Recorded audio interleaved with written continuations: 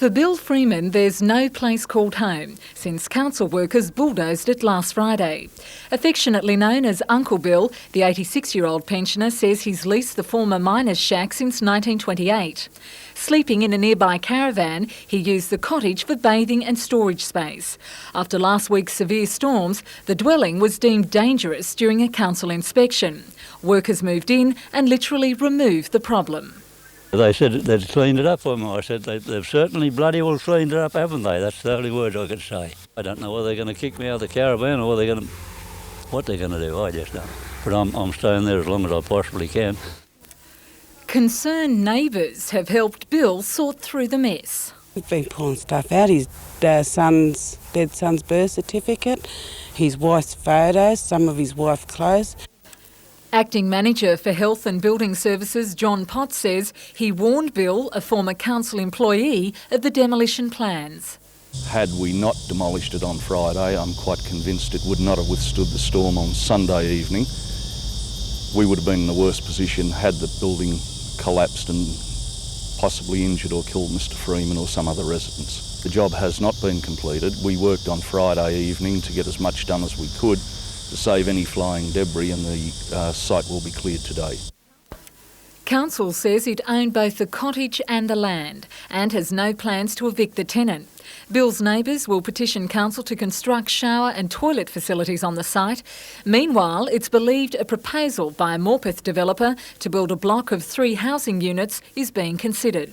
Melinda Smith, NBN News.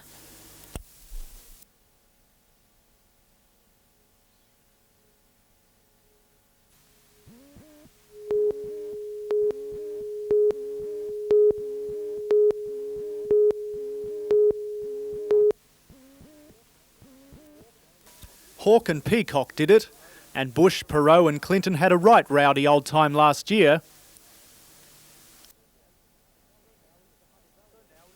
So now it's the Hunter Valley electorate of Patterson's turn for a taste of the most popular election ploy since kissing babies, the public debate. With the federal election in mind, candidates from the 3 major parties for the seat are taking turns in tongue-lashing at the Roach Racket Resort in Port Stephens. Political debating has the makings of a terrific verbal blood sport, so will the candidates play along and insult each other mercilessly? I'll be devoting no time at all to that. People don't come along to hear that, and I believe that people are insulted by that sort of thing. We're great mates.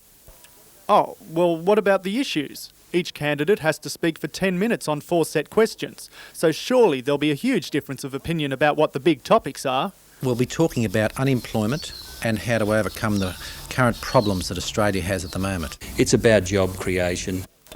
The National Party's candidate and Tiger Moth pilot Gary Watson says he'll be talking about why his organisation offers more than the others for regional areas such as Port Stephens. And he doesn't expect the debate to get nasty either. Whatever happened to quaint turns of political phrase like scumbag? Scott Bevan, NBN News.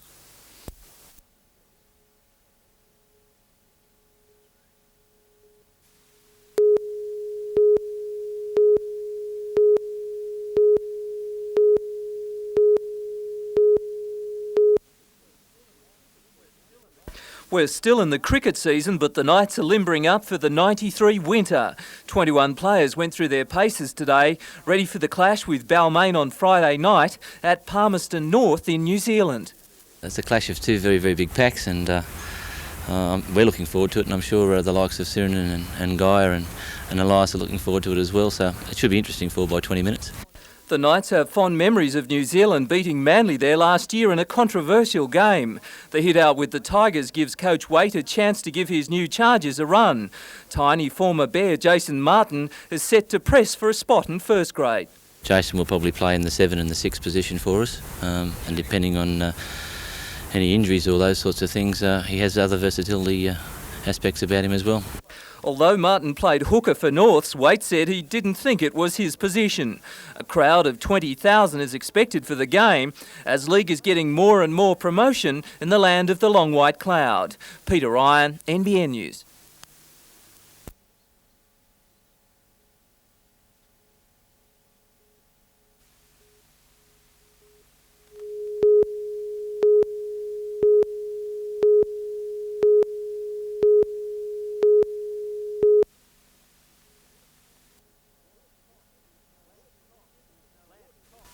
Lance Cox is no ordinary teenager. The Sandy Hollow 14-year-old packs a mean punch, and when he's in the right frame of mind, no one is spared, not even his dad, Darryl. Lance joined the sport after an impromptu meeting with Australian boxing champ Spike Chaney at the Police Youth Club at Muswellbrook 2 years ago. And Lance come over to the corner there and give me a little tug on the sleeve and asked could he have a spar. And we were very impressed with what we saw, even though he hadn't had any instruction. Just 2 months later, Lance returned to the gym to work with trainer Johnny Wallace. It didn't take long before the youngster progressed from the sub-juniors to the juniors and then senior ranks. It didn't take long before he started to embarrass some of the seniors, so it's excellent the way it's turned out. Within 2 years, Lance had won 2 state titles, surprising many and himself with his progress. No, I didn't think I'd just still be boxing around waiting to get a chance at going away sometimes, but never thought I'd get this far. Inspired by Central Coast boxer Troy Waters, Lance wants to join the big names of his sport, but a gold medal is his dream. Yeah, go a fair way, try it anyway, maybe make an Olympic game. Matthew White, NBN News.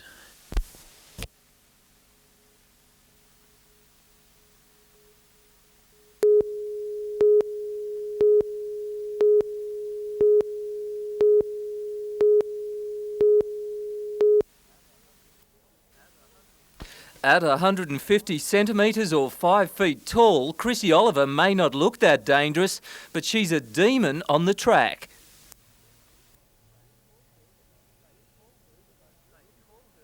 They call her the most winningest woman on wheels. With 65 wins in the US, she knows how to put a foot down. At 24 years of age, she's been racing for a decade.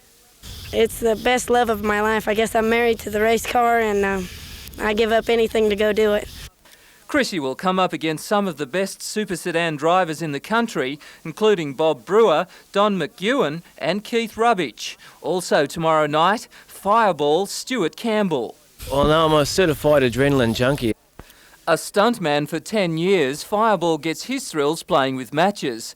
He's back after 9 months on crutches after a car jumping trick went wrong in Sydney. Peter Ryan, NBN News.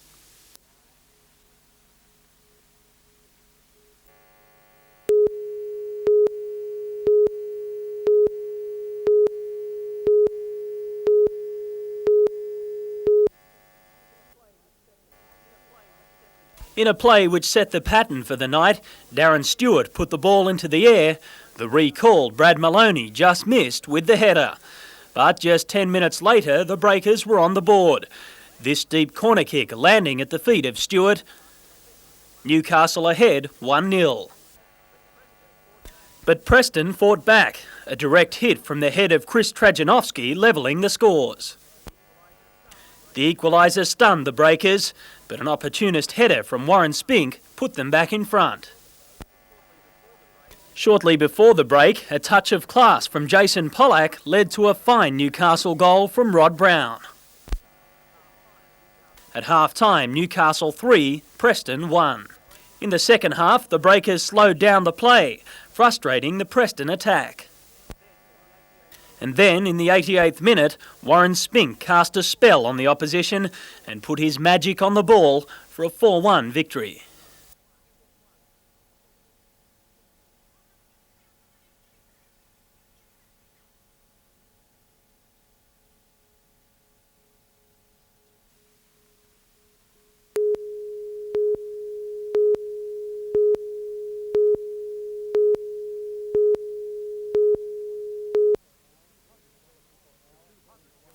The 200 km/h Formula One powerboats are among the main attractions of Newcastle's annual harbour regatta. But the speed that draws so many spectators led to tragedy at 11 this morning as drivers were warming up their machines before the races began. Gold Coast driver Chris Antes was rushing into a turn at 160 km/h in his boat Striker when he got into difficulty just in front of a crowded waterfront tavern. It's just powered on around the corner, just too much power and it just flipped over. As the boat come down, just fell apart and pieces fell everywhere. Unfortunately, you didn't see the driver come up. Mr Antes was caught under the submerged craft for several minutes until divers freed him. The man was dragged from the water unconscious and suffering head injuries and was rushed by boat half a kilometre down the harbour to here at the Water Police headquarters. Waiting ambulance officers worked on the man for 20 minutes, but to no avail. Races were postponed as stunned competitors were told of the death of a popular driver who was celebrating 1 year on the powerboating Grand Prix circuit this weekend. This is the first one we've had in Australia, and this is our 5th series, so in 5 years we haven't had a fatality. And internationally they're very rare, so this is really a freak accident. Despite the crash, the Formula One powerboat races and all other regatta events will continue as planned tomorrow. Scott Bevan, NBN News.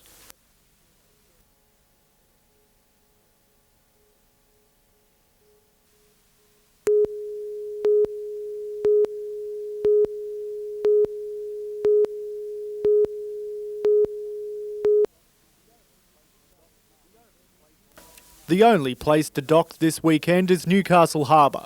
Patrol boat HMAS Warrnambool snuck in behind the French warship Macuse to give some firepower to the annual regatta. Boats big and small have sailed, putted or even been rowed to the foreshore. Among the biggest drawcards, a replica of the Bounty taking passengers for a sail into the past. These are the sort of ships that came to the Hunter River mouth 180 years ago. So it's very much a history lesson as much as it's a cruise. Small-scale models of ships of all shapes were raising big smiles in the park, and this Navy diver proved there are some people who can talk underwater. For those not wanting to get their feet wet, there's plenty of displays on shore, including a machine that seems to simulate seasickness. Scott Bevan, NBN News.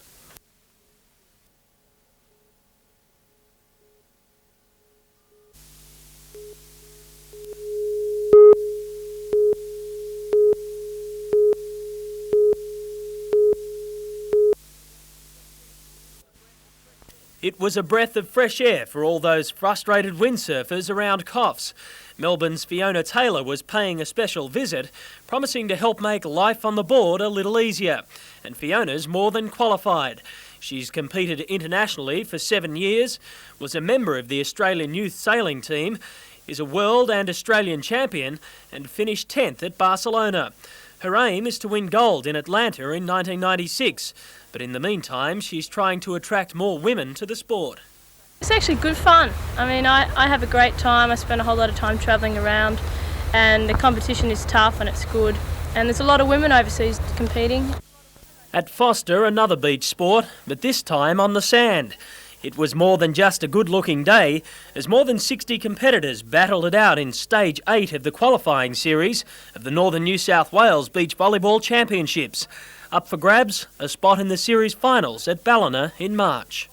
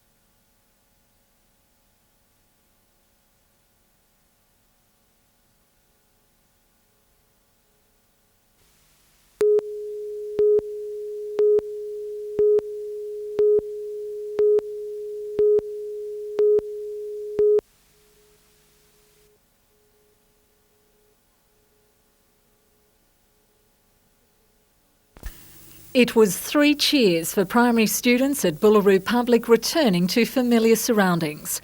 The school colours proudly displayed, signalling a special welcome home and a cleaner start to the school year ahead. Last October, students were temporarily transferred to nearby Spears Point Public, while workmen moved in to decontaminate their classrooms and playgrounds. Lead emissions have become an ongoing concern for residents near the Pasminco smelter. The extensive project included dust extraction, re-roofing and general modifications at a cost of more than $360,000. But those concerns were far from the minds of some 5-year-olds preparing themselves for the big break from home.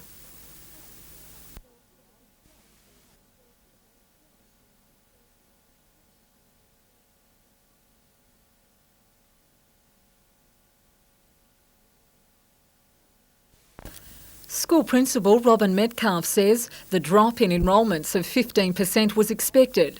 It's hoped the school's diverse curriculum and refurbishment will help to attract other students. Melinda Smith, NBN News.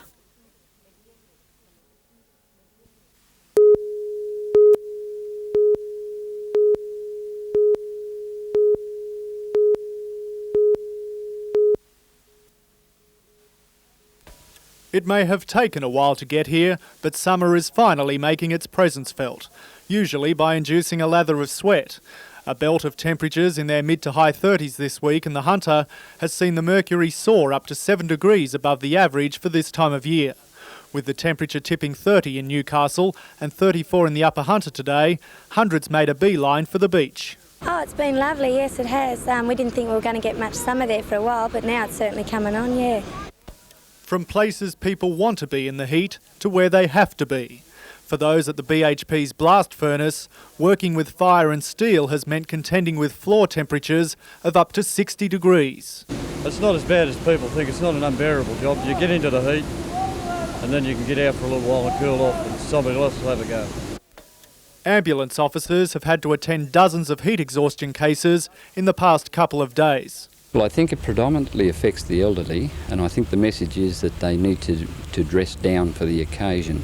And what you put on at 8 o'clock doesn't necessarily ring true around 11, and I think they've got to be very mindful of that indeed. Scott Bevan, NBN News.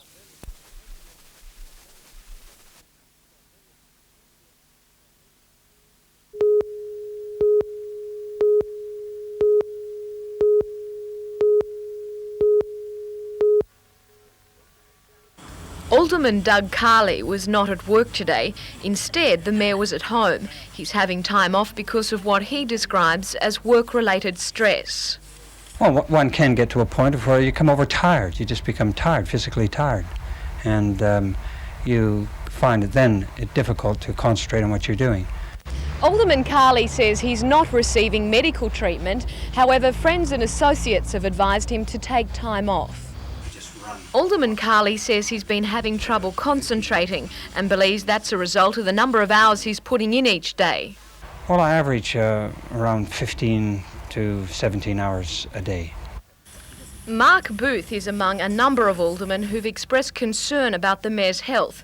He believes Alderman Carley should stand aside until he's declared well. I think he should step down from the job at this time until such time that he's declared fit, because if there's work-related stress or personal problems, that could affect his judgment or issues that concern Lake Macquarie City. Alderman Carley says he can handle his job, but like everyone else needs time off. I will continue working as efficiently and effectively as I have been during the 18 months I've been in office. Jodie McKay, NBN News.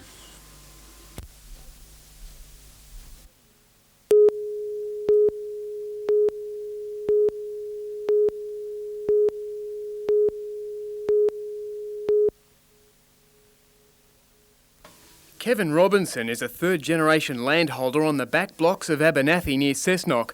He grazes cattle on a Forestry Commission lease, which for a few days last year was part of the International Motorcycle Enduro course. It's always been a popular place for recreational vehicles, but since the Enduro, Kevin says the place has been overrun by unauthorised trail bike riders. On a Saturday, Sunday, motorbikes everywhere, dust flying. I've had fences cut, numerous times. Gates are left open continually, letting me cattle out, and I'm just fed up with it. Something has to be done. I don't think or don't believe that that's anyway due to the ISD. I think those recreational vehicles would be using that land regardless of whether the ISD was here or not. Enduro Director John Hall says careful assessment of the impact on the environment and the community was carried out before the event and carefully monitored afterwards. Cessnock opened its arms to the 2,000 competitors and officials, along with the crowds peaking at 20,000 and the $6 or $7 million they brought to the city.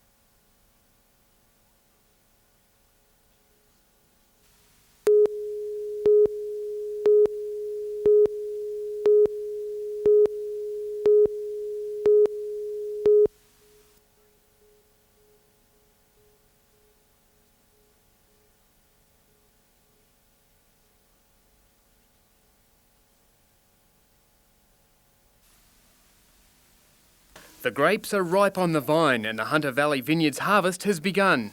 Wyndham Estates Pinot Noir grapes are the first in.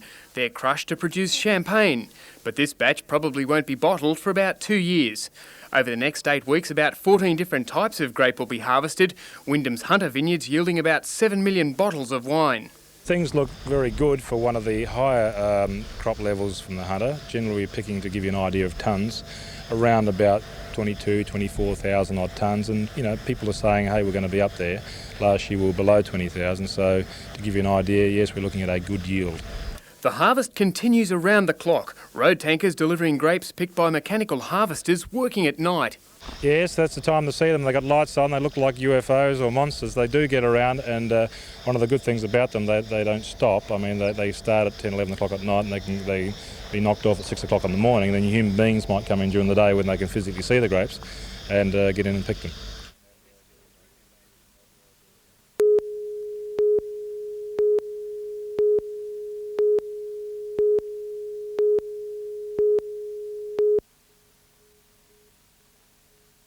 Newcastle has a proud history of speedway action, and on Saturday night 100 competitors in 58 events will take to the track.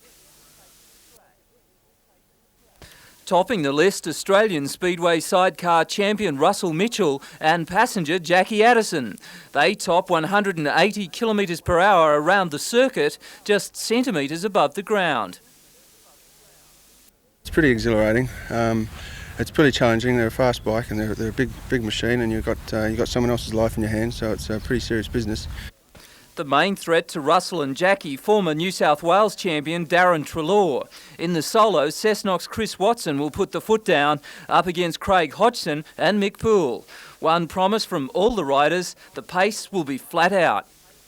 I don't entertain myself unless I'm on the edge. So. Peter Ryan, NBN News.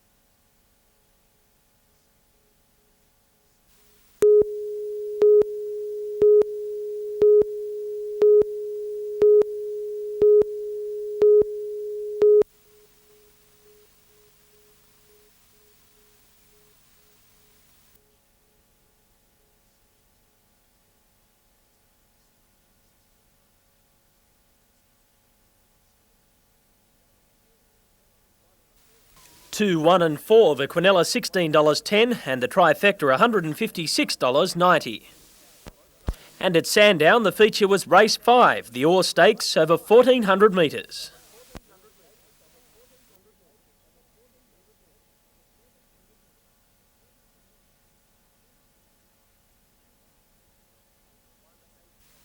One, 8 and 3, the Quinella $15.10 and the trifecta $88.30.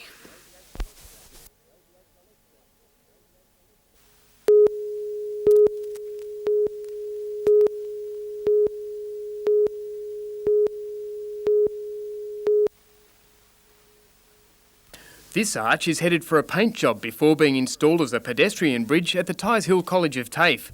Commissioned by the Public Works Department, the job was won by Tubular Steel Engineering of Maitland and Raymond Terrace's Legend Constructions. It's a first for both. Tubular Steel used its own 50-tonne pressing jack to bend the rolled hollow arch. The span is 28 metres long and 2.6 metres wide. It weighs more than 8 tonnes. Once installed at the college, it will have a concrete decking added. The bridge should be lifted into place in about 2 weeks.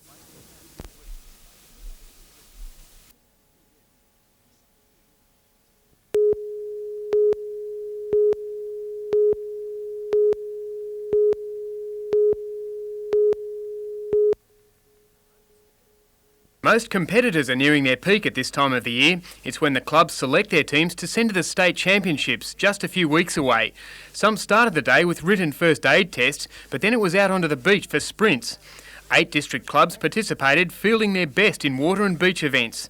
The swell kept boat crews on their toes, this one running amok through the white water. At Woolgoolga yesterday, it was boards and IRBs to the rescue in a beach patrol challenge. Crews launched their rescue craft, racing against the clock and against one another. Teams from Woolgoolga, Urunga, Nambucca Heads, Coffs and Sawtell took part. The competition culminates in a state grand final.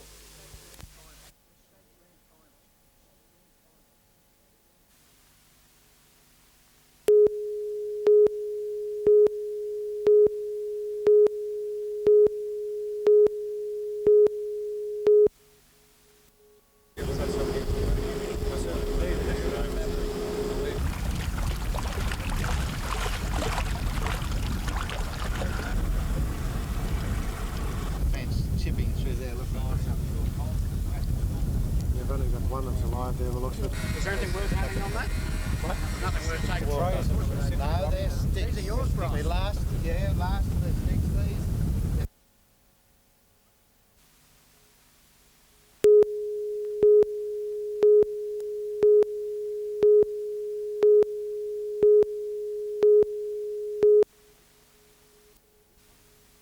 With hundreds of car dealerships already in the region, there may soon be a new player in the motoring game, Newcastle City Council.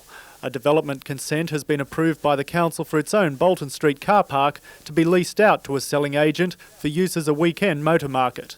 It's a proposal that the Motor Traders Association is keen to shut the door on. We believe that there's nothing wrong with free enterprise, but for public entities such as Newcastle City Council becoming involved, we believe that it's very, very wrong. MTA representatives are meeting with Lord Mayor John McNaughton on Monday to voice their opposition. But Deputy Lord Mayor Frank Rigby says the market would mean using a council resource that would otherwise be idle. I'd say to the MTA, get happy, get in behind us, but of course we're doing it in the long run. It'll only help the car market in this city. Another motor market has been proposed for the Kmart car park at Waratah, which also concerns the MTA. Car markets in regional centres such as Newcastle, of which we've experienced many, have indeed been a problem. They do become a haven for sharks and so forth. The man behind this car market idea, Paul Hughes, says he'll be taking precautions to avoid lemons or stolen vehicles being sold. Every car will require a pink slip. There'll be phones provided so prospective buyers can phone a registry of encumbered vehicles, and he's hoping to get an NRMA inspector on site. The motor market proposals go before the Alderman next week. Scott Bevan, NBN News.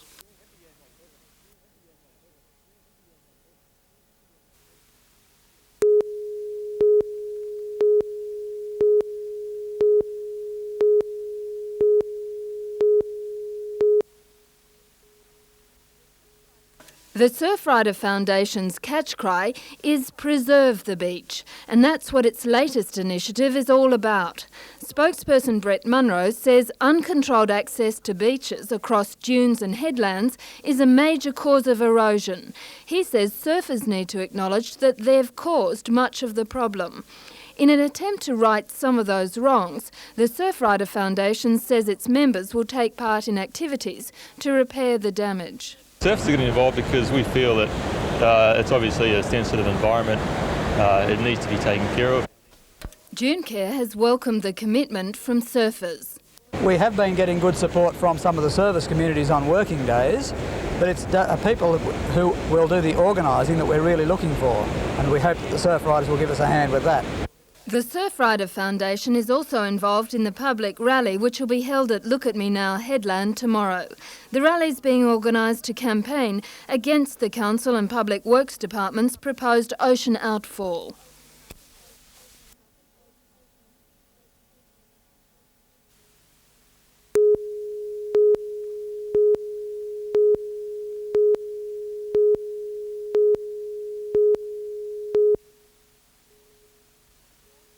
"44 teams from throughout New South Wales and Queensland lined up for the third annual Sawtell Sevens tournament.